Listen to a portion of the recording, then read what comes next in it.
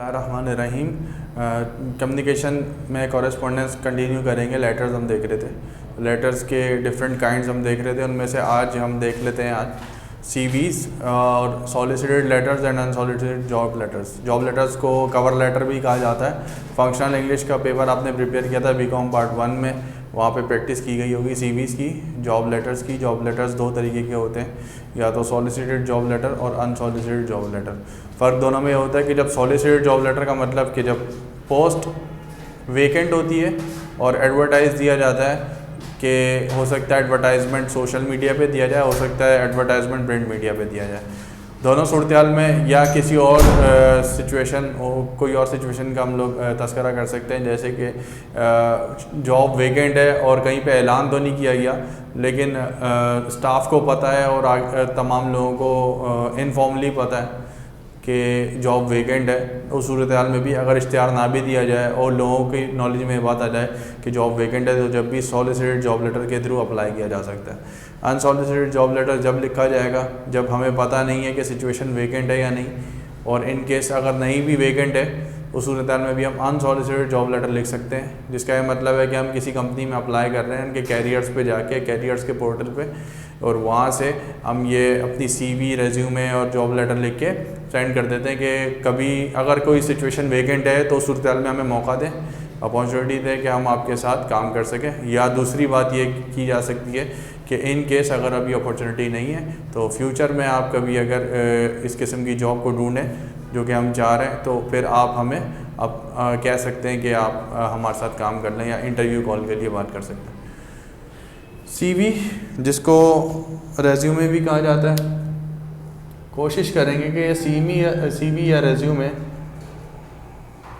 1 page की हो, या मैक्सिमम ये 2 पेजेस तक जाए।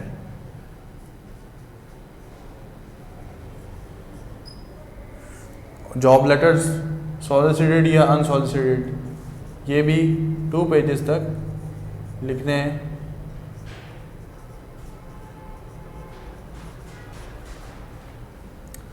रेज्यूमे और सीवी का मतलब कि हम अपने आप को समराइज़ करें, अपनी प्रोफाइल को समराइज़ करें और फिर अटैचमेंट के थ्रू भेज दें ईमेल में, या तो कवर लेटर लिख के सॉलिसिटेड या अनसॉलिसिटेड जो भी सिचुएशन है उसमें कवर लेटर लिखने के साथ सॉलिसिटेड वे में, अनसॉलिसिटेड वे में सीवी की अटैचमेंट लगा देंगे। अगर के प्रिंटेड फॉर्म में है सीवी तो लेटर के थ्रू भिजवाई जाती है, मतलब एनवेलप में रख के, और अगर ईमेल के फॉर्म में भिजवानी है तो फिर ईमेल ड्राफ्ट करेंगे सॉलिसिटेड फॉर्म में in case of solicited job letter, और अनसॉलिसिटेड फॉर्म में जब अनसॉलिसिटेड जॉब लेटर मतलब जब अप्लाई करना हो अपने, जब सिचुएशन वेकेंट ना हो, और अटैचमेंट में हम सीवी या रेज्यूमे लगा लेंगे।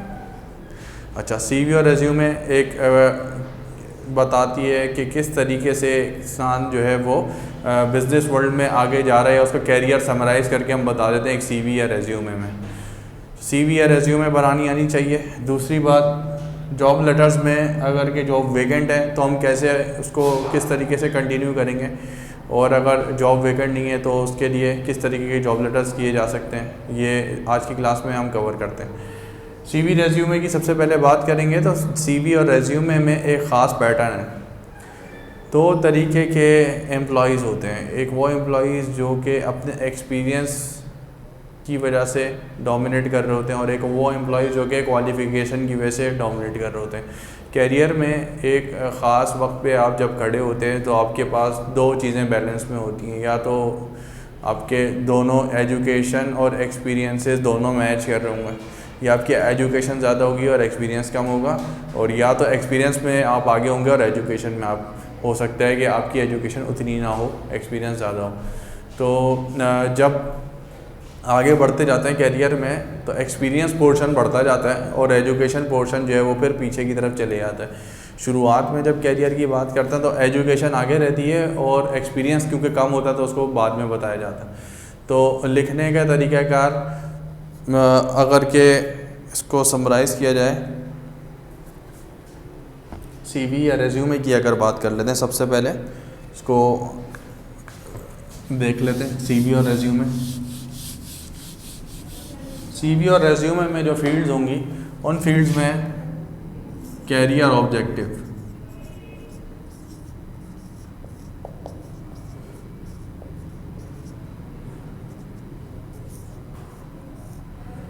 कैरियर ऑब्जेक्टिव के बाद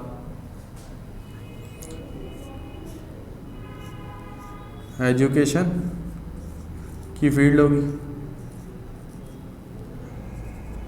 एजुकेशन के बाद एक्सपीरियंस की फील्ड होगी, एक्सपीरियंस के बाद नेक्स्ट फील्ड आप कह सकते हैं, यहाँ पे एक एडिशनल फील्ड भी लगा सकते हैं जो कि सर्टिफिकेशंस या ट्रेनिंग की हो सकती है।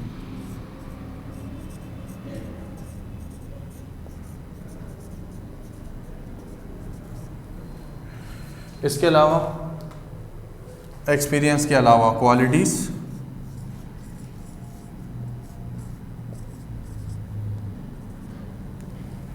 क्वालिटीज़ के अलावा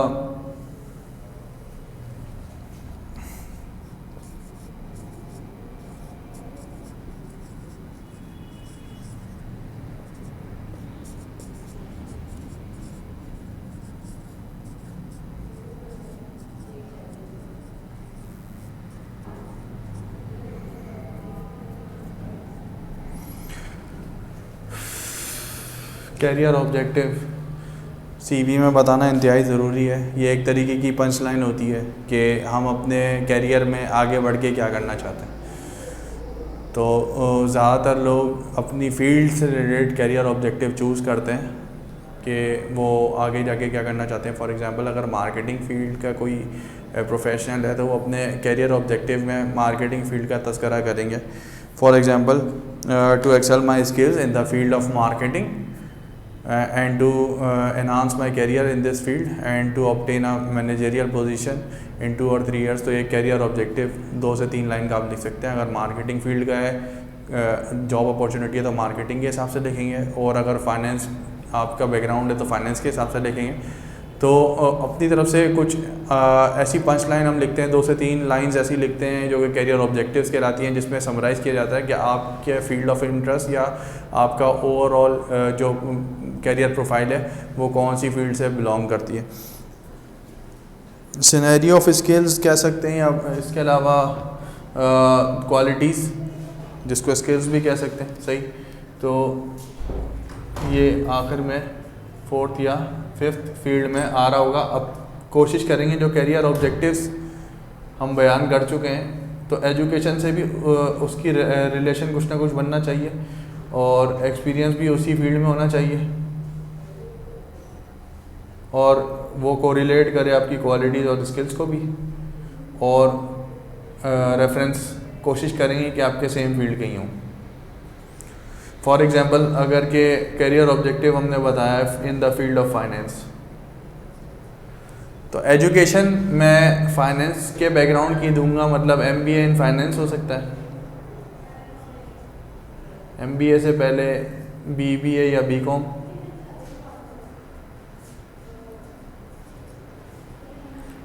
सही, और उसके बाद इंटरमीडिएट और मैट्रिक। सर्टिफिकेशन या ट्रेनिंग में रेलिवेंट ट्रेनिंग में बता दूंगा। फाइनेंस फील्ड में आम तौर पे MS ऑफिस और अकाउंट्स के सॉफ्टवेयर,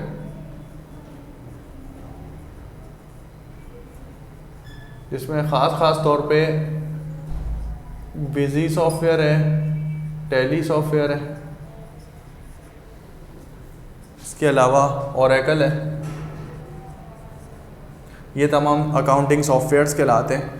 तो इसकी किसी किस्म की ट्रेनिंग हासिल की हुई है, सर्टिफिकेशन हासिल किया हुआ है, तो वो आपके कैरियर ऑब्जेक्टिव को बैक करेगा कि आपके पास फाइनेंस की एक तो नॉलेज तो है थ्योरेटिकल एजुकेशन के थ्रू, और सर्टिफिकेशन, ट्रेनिंग और एक्सपीरियंस के थ्रू आपका प्रैक्टिकल एक्सपोजर भी है।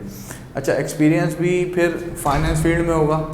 एक्सपीरियंस में जब फाइनेंस फील्ड में शुरुआत की जाएगी तो फाइनेंस इंटर्न से पोजीशन शुरू होती है, उसके बाद असिस्टेंट फाइनेंस ऑफिसर, फिर फाइनेंस ऑफिसर, फिर सीनियर फाइनेंस ऑफिसर होते हैं, और उसके बाद किसी ना किसी स्टेज पे जाके सुपरवाइज़र, असिस्टेंट मैनेजर या मैनेजर फाइनेंस बनते हैं, और उसके बाद CFO की पोजीशन हासिल कर सकते हैं। तो इस तरीके की कैरियर ग्रोथ होती है। अब फ़र्ज़ करते हैं कि एजुकेशन, सर्टिफिकेशन और एक्सपीरियंस, इसको हम कैसे लेके चलते हैं। तो अगर एक क्वेश्चन आता है एग्ज़ाम में कि फ़ाइनेंस फील्ड में रिक्वायर्ड है पोजीशन अकाउंट्स ऑफिसर की, तो अकाउंट्स ऑफिसर के लिए आमतौर पे 2 से 3 साल का एक्सपीरियंस काफ़ी होता है। इसके अलावा एजुकेशन ग्रेजुएशन पे भी चल जाता है अकाउंट्स प्रोफेशनल या अकाउंट्स एग्जीक्यूटिव, और सर्टिफिकेशन में अगर उसके 2-3 कोर्सेज़ हैं तो बहुत अच्छी बात है अकाउंट्स में। तो उसकी प्रोफाइल हम इस तरीके से डिज़ाइन करने की कोशिश करेंगे कि कैरियर ऑब्जेक्टिव में पहले हाईलाइट करेंगे फाइनेंस पोजीशन ऑब्टेन करना चाहते हैं प्रोफेशनल, या अपने बारे में अगर सीवी लिख रहे हैं तो हम लिखेंगे कि हम अपने कैरियर में आगे बढ़ के फ़ाइनेंस में कोशिश करेंगे कि फ़ाइनेंस की चैलेंजिंग पोजीशन हम लोग ऑब्टेन करें और फील्ड में एक्सेल करें और कंपनी को भी फ़ायदा दें और ख़ुद भी फ़ायदा हासिल करें। उसी को बैक करते हुए कैरियर ऑब्जेक्टिव को ही आगे चलेंगे। तो हमने जो एजुकेशन बतानी है वो, क्योंकि ग्रेजुएशन काफ़ी हद तक मुनासिब कह लें कि क्वालिफ़िकेशन होती है फॉर फाइनेंस प्रोफेशनल, तो ग्रेजुएशन में बीकॉम या बीबीए ये हम लिख सकते हैं। उसकी एक कैरियर के हिसाब से एक इमेजनरी एजुकेशन डिज़ाइन कर लेंगे कि बीबीए के अलावा बीकॉम भी लिख सकते हैं, फिर इंटरमीडिएट से कम मैट्रिक, ये तीनों चीज़ें बताएंगे। जब भी इंफॉर्मेशन देंगे तो कोशिश करेंगे रीसेंट वन पहले लिखेंगे, एजुकेशन में भी और एक्सपीरियंस में भी। इसका मतलब मोस्ट रीसेंट वन बीबीए है इस सिनेरियो में, उसके बाद बीबीए के बाद सेकंड इंटर और थर्ड मैट्रिकुलेशन। ऐसे ही जब एक्सपीरियंस बताने की बात करेंगे, फ़र्ज़ करें कि 3 साल का एक्सपीरियंस मौजूद है, 2 साल एक फील्ड में और 1 साल एक फील्ड में। तो फ़र्ज़ करें कि आज अगर एप्लीकेशन दी जा रही है और आज रेज्यूमे बना रहे हैं या सीवी बना रहे हैं, तो 2020 का पूरा साल अगर काम किया गया है तो रीसेंट ईयर या रीसेंट जॉब पहले लिखेंगे। फ़र्ज़ करें 2020 वो एक अलग कंपनी ए में काम कर रहे थे और 2018 और 2019 कंपनी बी में काम कर रहे थे। तो जो प्रायोरिटी बनेगी वो बनेगी 2020, और 2020 में जो कंपनी ए में काम किया गया वो पहले आएगा, उसके बाद सेकंड आएगा कंपनी बी जो कि 2018 एंड 19 में काम किया गया। दोबारा से समराइज़ कर दूं आपको, एजुकेशन रीसेंट वन फर्स्ट लिखनी है और एक्सपीरियंस भी रीसेंट वन फर्स्ट लिखना है। अब आपने 3-4 डिफरेंट इंटरमीडिएट सर्टिफिकेशन हासिल की, इस तरीके से बीकॉम या बीबीए की डिग्री हासिल की, या आपने मास्टर्स कर लिया, ये रीसेंट वन सबसे पहले आएगा। इसका मतलब आपकी हाईएस्ट डिग्री, हाईएस्ट क्वालिफिकेशन सबसे पहले आएगी, उसके बाद फिर आपकी जो उसके बाद की जो तरतीब है वो आएगी। अच्छा, एक्सपीरियंस में भी बिल्कुल इसी तरीके से है कि सबसे पहले एक्सपीरियंस आएगा आपका रीसेंट वन, पहले जो कंपनी में आप काम कर चुके हैं रिसेंटली या काम कर रहे थे पहले, उसके बारे में पहले आएगा। उसके बाद सेकंड जो उससे प्रीवियस कंपनी थी, उसके बाद प्रीवियस टू प्रीवियस कंपनी। तो ज़्यादा बेहतर इस तरीके से डिज़ाइन करना है कि सबसे पहले आपके पास रीसेंट जो भी इंफॉर्मेशन है वो पहले बता दें अपने रेज्यूमे में। सर्टिफिकेशन ट्रेनिंग कोशिश करेंगे रेलिवेंट लिखेंगे, एजुकेशन कोशिश करेंगे रेलिवेंट लिखें, और एक्सपीरियंस कोशिश करेंगे रेलिवेंट लिखेंगे। अगर किसी की पढ़ाई बीकॉम में थी और वो जॉब कर रहे हैं किसी और तरीके की जो कि बीकॉम से ताल्लुक़ नहीं रखती, फ़र्ज़ करें कंप्यूटर टाइपिस्ट हैं, तो उनका काम नहीं था बीकॉम के बाद इस तरीके का काम करना, क्योंकि बीकॉम के बाद या बीबीए के बाद आपको जो फील्ड आगे लेके जानी है वो लेके जानी है अकाउंट्स एंड फाइनेंस की। तो कोशिश करेंगे, या कॉस्टिंग, जो रिलेटेड जितनी भी फील्ड्स हैं उसमें आप काम कर सकते हैं। अगर कंप्यूटर टाइपिंग की किसी किस्म की एक्सपीरियंस या सर्टिफिकेशन है तो वो हो सकता है कि यहाँ पर रेलिवेंट ना हो। क्वालिटीज़ एंड स्किल्स बिल्कुल करीब करीब होनी चाहिए। अब ज़्यादातर ऐसा है कि मैनेजरियल क्वालिटीज़ आप लोग ने मैनेजमेंट में पढ़ी थी, उसमें से कुछ का तस्करा कर देते हैं। जब 3 से 4 साल तक आप किसी ऑर्गेनाइजेशन में काम करते हैं, कुछ क्वालिटीज़ आपकी डेवलप होना शुरू होती हैं। वो क्वालिटीज़ भी ऐसी होनी चाहिए जो फाइनेंस फील्ड में आपके काम में आए। तो फ़र्ज़ कर लेते हैं क्वालिटीज़ में लीडरशिप क्वालिटी हो सकती है कि आप अपने असिस्टेंट को समझा रहे होते हैं तो उसकी वजह से आपके अंदर कुछ ना कुछ लीडरशिप क्वालिटीज़ डेवलप होती हैं। इसके अलावा प्रॉब्लम सॉल्विंग, ख़ास तौर पे फाइनेंस फील्ड में आपको पता है कि कभी सिचुएशन ऐसी आती है कि नंबर्स इतने ज़्यादा हेक्टिक हो जाते हैं कि आपसे बैलेंस शीट को हैंडल करना थोड़ा सा मुश्किल हो जाता है। और इसके अलावा आप जब कर रहे होते हैं, अटैम्प्ट कर रहे होते हैं, अपने वर्किंग्स कर रहे होते हैं, अकाउंट्स में कोई प्रॉब्लम सॉल्व कर रहे होते हैं, तो काफ़ी कुछ चीज़ें ऐसी होती हैं जो कि हिडन होती हैं, फिर आप वर्क बैक करके किसी तरीके से नंबर्स निकालते हैं। तो ये प्रॉब्लम सॉल्विंग टेक्निक भी फाइनेंस फील्ड का पार्ट है। इसके अलावा टीम वर्क, जब भी किसी कंपनी में काम किया जाएगा तो आपके साथ साथ और लोग भी होंगे और उनके साथ आपको चलना पड़ेगा। टीम वर्क के अलावा और क्वालिटी अपनी तरफ से कुछ भी सोच सकते हैं, ऐसी क्वालिटी जो कि इंटीग्रेट कर रही हो आपकी फील्ड को।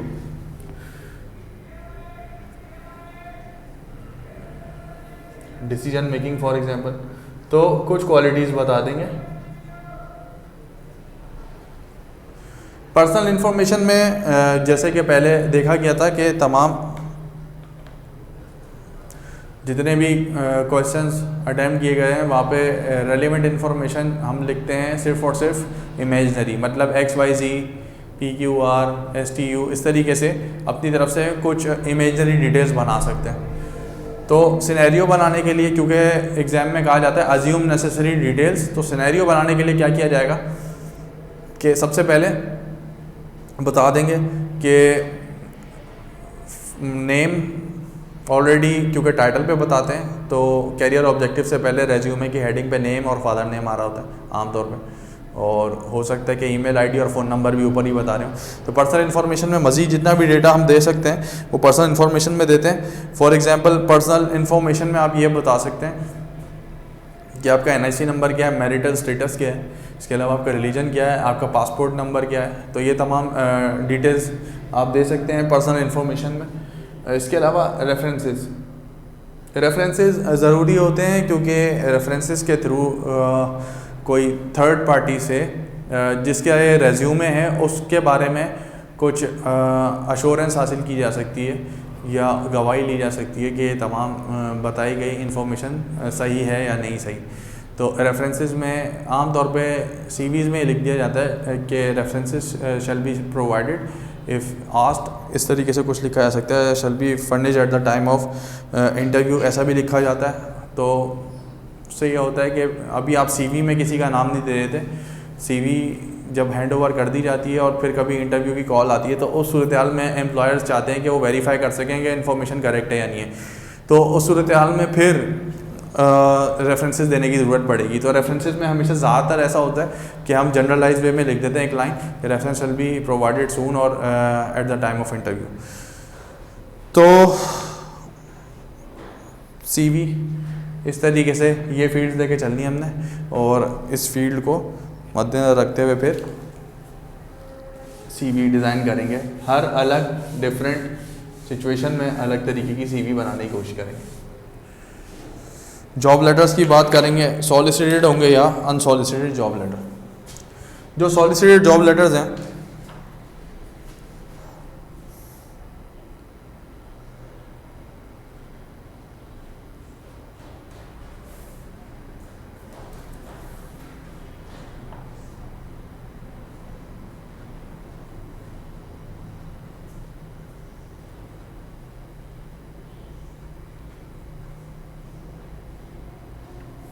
उसकी बात पहले करते हैं सॉलिसिटेड जॉब लेटर की। अब सॉलिसिटेड जॉब लेटर लिखने के लिए क्योंकि ऑलरेडी हम देख चुके थे लेटर राइटिंग में कि first para, second para, third para, intro, detail and closing, अगर इसको आप सही हैंडल कर लेंगे तो आपका किसी भी किस्म का लेटर अटैम्प्ट हो जा सकता है। तो अगर सॉलिसिटेड जॉब लेटर है, इसका मतलब है कि जॉब एडवर्टाइजमेंट कहीं ना कहीं आपने पढ़ा है, तो जॉब एडवर्टाइजमेंट का रेफरेंस देंगे। तो इंट्रोडक्शन में रेफरेंस देना है जॉब एडवर्टाइजमेंट का।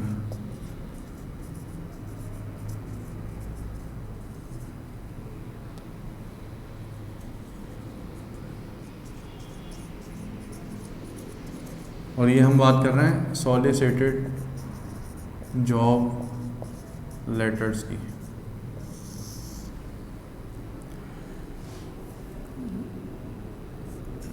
डिटेल वाला जो पैरा है, डिटेल पैरा में बताएंगे कि आपने जो भी अभी तक अचीवमेंट्स की हैं उसके बारे में बताएंगे, और इसके अलावा और भी कोई चीज़ अगर आप बताना चाहें तो फॉर एग्ज़ाम्पल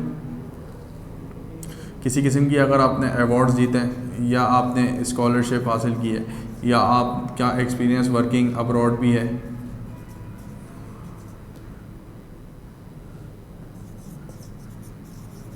कोई भी ऐसी चीज़ जो कि आप बताना चाहें जिसकी वजह से आपको एज हासिल हो जाए दूसरे कैंडिडेट्स के साथ, तो वो आप डिटेल्स में बता देते हैं।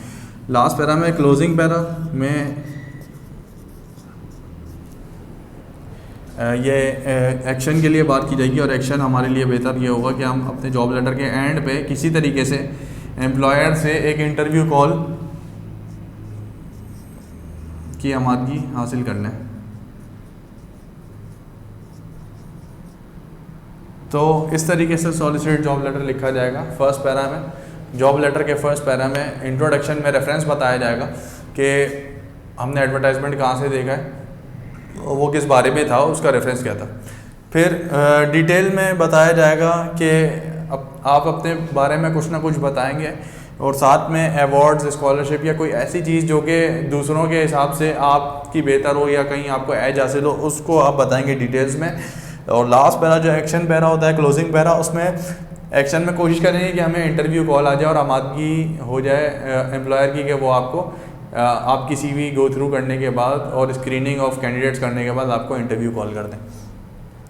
और इख्तिताम में जो एंक्लोजर लगेगा, मतलब जो लेटर के एंड पे एंक्लोजर लगेगा, वो रेज्यूमे या CV। तो इस फॉर्मेट को देखते हुए कोई सा भी जॉब लेटर आप बना सकते हैं, और जॉब लेटर बनाने के साथ साथ आप CV अटैच करना ज़रूर भूलेंगे नहीं। अच्छा, इसमें मैं आपको मज़ीद बात ये बताऊं, फर्स्ट जब भी क्वेश्चन आता है तो फर्स्ट पेज पे या शुरू के 2 पेजेस पे जॉब लेटर्स बनेंगे, और कोशिश करके जो थर्ड पेज है उस पर रेज्यूमे अलग से ड्राफ्ट होगा, क्योंकि ये लेटर का पोर्शन ख़त्म है। उसके बाद अगर कि हम रेज्यूमे बना रहे हैं तो वो पेज नंबर 3 पे कोशिश करेंगे ख़त्म हो जाए, वरना 3 से लेके 4 तक चल रहा होगा।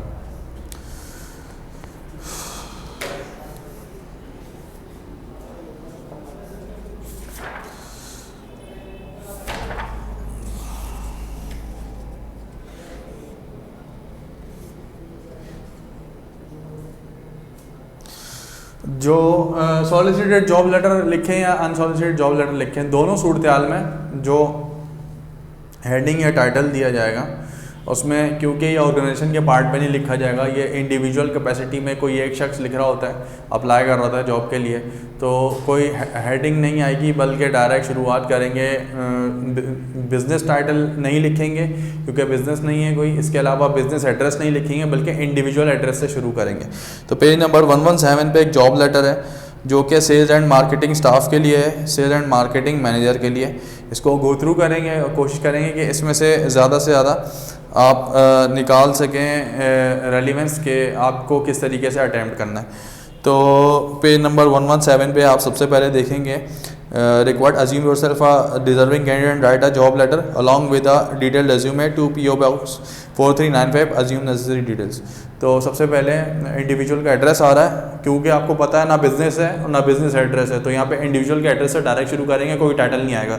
तो 7 राहत mention Clifton road Karachi, spacing के बाद डेट के बाद स्पेसिंग द एडवर्टाइज़र, क्योंकि यहाँ पे कुछ पता नहीं है कि किसको लिख रहे हैं, तो या तो द एडवर्टाइज़र को लिख सकते हैं, क्योंकि एडवर्टाइज में लिखा गया है PO Box पे आप भेज दें ये तमाम चीज़ें। तो अगर PO Box बताया जा रहा है तो जो एडवर्टाइज़र होगा उसके पास तमाम रेज्यूमे पहले पहुँचेंगी, और उसके बाद वो आगे रेलिवेंट कंपनी को फराहम कर देंगे। अगर कि कंपनी की तरफ से डायरेक्ट लिखा जाता तो उस सूरत हाल में आप एडवर्टाइज़र नहीं लिखते बल्कि डायरेक्ट कंपनी लिखते। PO Box number 4395 CO daily Dawn Karachi. तो इस सूरत हाल में क्या हो रहा है कि डेली डॉन बहुत सारी एप्लीकेशन को रिसीव करेगा, उसके बाद रेलिवेंट कंपनी तक पहुंचाएगा, मैकडोनल्ड तक। मैकडोनल्ड ने डायरेक्टली आपसे रेज्यूमे नहीं मांगे। फॉर एग्जांपल मैकडोनल्ड डायरेक्टली आपसे रेज्यूमे मांगते तो फिर उस सूरत हाल में ये होता कि आप ह्यूमन रिसोर्स डिपार्टमेंट में किसी को एड्रेस करते और मैकडोनल्ड को फिर उसके बाद नेक्स्ट लाइन में बताते और उसके बाद उसका बिजनेस एड्रेस बता के कराची वगैरह लिख सकते हैं। Subject application for the post of senior sales and marketing manager. Dear sir, इसके बाद first para, my MBA marketing degree with 3.8 GPA 5 year experience and ability to lead people justify me to apply for the position of responsibility as sales marketing manager in response to your advertisement in the Daily Dawn of 10 December 2014। अच्छा, यहाँ पे introduction में सबसे पहले job advertisement का reference. अब यहाँ पे एडिशनल एक काम किया गया इंडिविजुअल की तरफ से, उसने अपनी डिटेल भी थोड़ी बहुत बता दी शुरुआत में, इंट्रोडक्शन एक तरीके का अपना भी दे दिया और रेफरेंसिंग भी कर दिया लास्ट एडवर्टाइजमेंट की। इसके बाद next para, throughout my educational career I got first class sale and marketing is my field of special interest.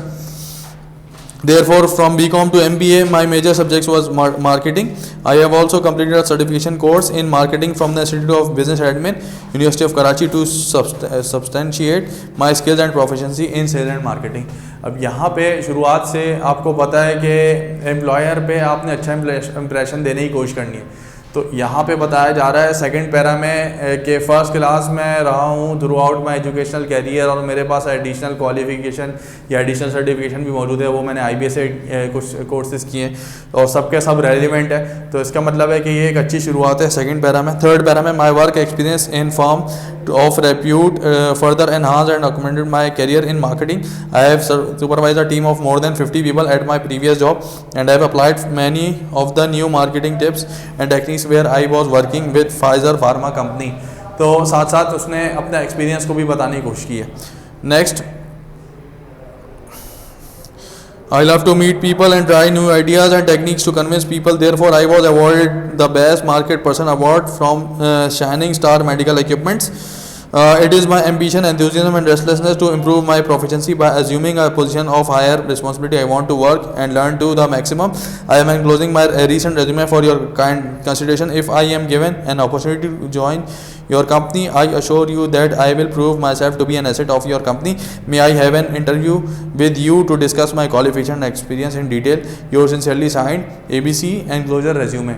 Last few lines में एडिशनली बता दिया गया कि मैंने कुछ मज़ीद काम भी किए हैं जहाँ पे नई टेक्निक्स भी अप्लाई की हैं इसी फील्ड में। इसके अलावा मेरे पास और एक्सपीरियंसेस भी हैं और मेरे पास कंप्यूटर नॉलेज भी है और मैंने लीड भी किया हुआ है टीम को 50 लोगों को।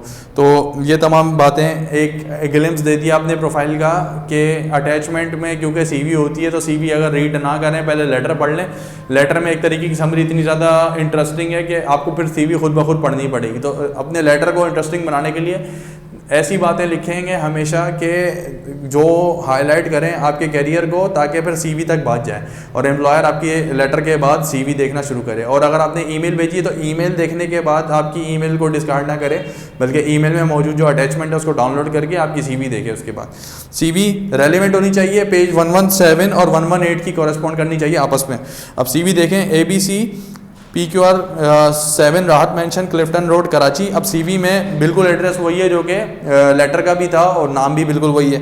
Career objective to excel my skill in the field of sales and marketing and to achieve a top most position in the same field. अब यहाँ पे बताया जा रहा है कि सेल्स एंड मार्केटिंग को आपने क्योंकि जॉब के लिए भी अप्लाई कर रहे हैं तो कैरियर ऑब्जेक्टिव भी सेल्स एंड मार्केटिंग का होना चाहिए। Scenario of skill: hard working, regular, punctual, full of ideas and enthusiasm, self motivated, flexible in nature. Scenario of skills का मतलब जो क्वालिटीज़ आपसे अभी डिस्कस किया गया था, CV में आप क्वालिटीज़ बताते हैं।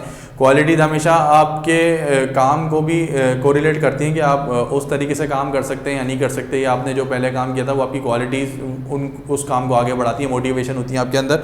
फिर personal profile, date of birth, marital status, religion और नेशनलिटी बता दी गई। फिर एकेडमिक क्वालिफिकेशन आप देख रहे हैं सबसे पहले MBA इन मार्केटिंग 2011 में। अब थोड़ा सा टाइम गैप को भी मद्देनजर रखना है। 2015 में एड के लिए अप्लाई किया जा रहा है और पोजीशन है सीनियर की। सीनियर की पोजीशन में आमतौर पे 3 से 4 साल लगते हैं। इसका मतलब 2015 से 3-4 साल पहले जाएं तो 2011 तकरीबन में आपने अपनी पढ़ाई मुकम्मल कर लेनी है या किसी हद तक ऐसी कर लेनी है कि आपको जॉब मिल जाए, MBA या BBA। उसके बाद 2011 से नीचे चलेंगे तो 2000 फ़र्ज़ कर लें कि MBA और BBA से पहले 2008 या 7 में इंटरमीडिएट में होंगे। तो इस तरीके से आपने प्लानिंग करनी है कि किस तरीके से हम एक अपना सिनेरियो इमेजिनरी क्रिएट कर सकते हैं। तो आप ये देख रहे हैं MBA in marketing 2011 from Emagina University, securing 3.8 GPA। उसके बाद BCom का बताया गया, इंटर और मैट्रिक का बताया गया, और साल के गैप आप देख रहे हैं 2011, 2009, 2007 और 2005। Professional skills: diploma in information technology from Aptech, general English language diploma from Anglo English learning institute, certification in business communication from IBS city campus Karachi. तो ये तमाम जो भी डिप्लोमास किए हुए हैं, तो क्योंकि सेल एंड मार्केटिंग स्टाफ ज़्यादातर मीटिंग्स में इन्वॉल्व रहते हैं और क्लाइंट से मिलते हैं और इसके अलावा प्रेजेंटेशंस दे रहे होते हैं, तो इनके लिए कम्युनिकेशन करना और कम्युनिकेशन का कोर्स करना ये थोड़ा सा एडेड एडवांटेज है। और साथ साथ इंग्लिश लैंग्वेज का अगर कोर्स किया जाए या कंप्यूटर कोर्स किया जाए तो वो भी आपके फील्ड में आपको आगे ले जा सकता है। Professional experience working as marketing manager with Zeal pharmaceutical company for 2 years, worked as assistant sales manager with Steel pharmaceutical for 3 years। इसके अलावा hobbies and interest, reading books, listening to music, swimming and cricket. Hobbies चाहे तो बता दें और चाहे तो ना बताएं, आपकी मर्जी है, लेकिन हॉबीज़ हमेशा आपके स्किल्स को बता रही होती हैं। आपके स्किल्स में हॉबीज़ का भी पार्ट होता है। फॉर एग्जांपल अगर यह मैं बात करता हूँ क्रिकेट की, तो क्रिकेट के थ्रू आपको एक तो आपके क्वान्टिटेटिव्स बेहतर होते हैं, मतलब नंबर्स बेहतर होते हैं, दूसरा आपको टीम वर्क आता है, तीसरी बात ये कि आपका फोकस आप रहते हैं स्पोर्ट्स में, इसके अलावा लीडिंग आती है, इसके अलावा प्रेशर हैंडलिंग, ये तमाम क्वालिटीज़ ऐसी हैं जो कि आपकी हॉबीज़ से आपके कैरियर में भी अप्लाई हो रही होती हैं। जैसे स्विमिंग की बात की जाए तो फिटनेस काफ़ी ज़्यादा ज़रूरी होती है स्विमिंग के लिए। इसके अलावा लिसनिंग टू म्यूज़िक का मतलब ये है कि इसमें भी फोकस की बहुत ज़्यादा और लिसनिंग की बहुत ज़्यादा ज़रूरत होती है। अच्छा, रीडिंग बुक्स के थ्रू आप इन्फॉर्मेशन को, नई से नई इन्फॉर्मेशन को हासिल कर सकते हैं। और जब आप अपनी पढ़ाई मुकम्मल कर लेते हैं तो साथ साथ में दूसरी बुक्स वगैरह भी पढ़ते हैं और अपनी फील्ड से रिलेटेड बुक्स भी पढ़ते हैं, तो उसके थ्रू क्या होता है कि आपकी इन्फॉर्मेशन आगे बढ़ती जाती है और आपका नॉलेज बेस बढ़ता जाता है। लैंग्वेजेस में बता दिया जा रहा है कि इंग्लिश, उर्दू, सिंधी, पंजाबी वगैरह के बारे में कि रीड, राइट और स्पीक आप कर सकते हैं, नहीं कर सकते। लैंग्वेजेस के बारे में यहाँ बता दिया गया, तो क्योंकि फील्ड ऐसी है कि मार्केटिंग और सेल्स करनी है, आपने जाके मिलना मिलाना है लोगों के साथ, कस्टमर्स के साथ डीलिंग करनी है रोज़ के रोज़, तो उसमें आपके पास ऐसी स्किल्स होनी चाहिए कि आप सिर्फ और सिर्फ इंग्लिश को कवर ना कर रहे हो, बल्कि आपको लोकल लैंग्वेजेस और नेशनल लैंग्वेज भी आनी चाहिए। तो ये तमाम लैंग्वेज के बारे में बता देना, क्योंकि CV के लिए ज़रूरी था। कहीं कहीं पे इतना ज़्यादा ज़रूरी नहीं होता, कहीं कहीं पे ज़्यादा ज़रूरी होता है। तो सेल्स एंड मार्केटिंग स्टाफ को क्योंकि ज़्यादातर कम्युनिकेशन में बात करने के हिसाब से काफ़ी चीज़ों का ख्याल करना पड़ेगा, तो लैंग्वेजेस एक एडिशनल, हॉबीज़ एंड इंटरेस्ट के अलावा एक एडिशनल फील्ड आ गई CV में। और रेफरेंसेस में आखिर में लिखा गया shall be furnished eight the time of interview, कि रेफरेंस जो जब भी आप मांगेंगे तो आपको रेफरेंसेस हम दे देंगे। तो टॉपिक ओवर होता है। जॉब लेटर में हमने सॉलिसिटेड जॉब लेटर देखे हैं और CV को एक दफ़ा गो थ्रू किया है। आप लोग असाइनमेंट अटैम्प्ट करिएगा जिसमें 2 लेटर्स हैं सॉलिसिटेड जॉब लेटर के, तो आप अटैम्प्ट करिएगा और नेक्स्ट क्लास में आप असाइनमेंट के साथ मुझे मिलें। किसी किस्म के क्वेश्चन आप पूछ सकते हैं अगली क्लास में। अल्लाह हाफ़िज़।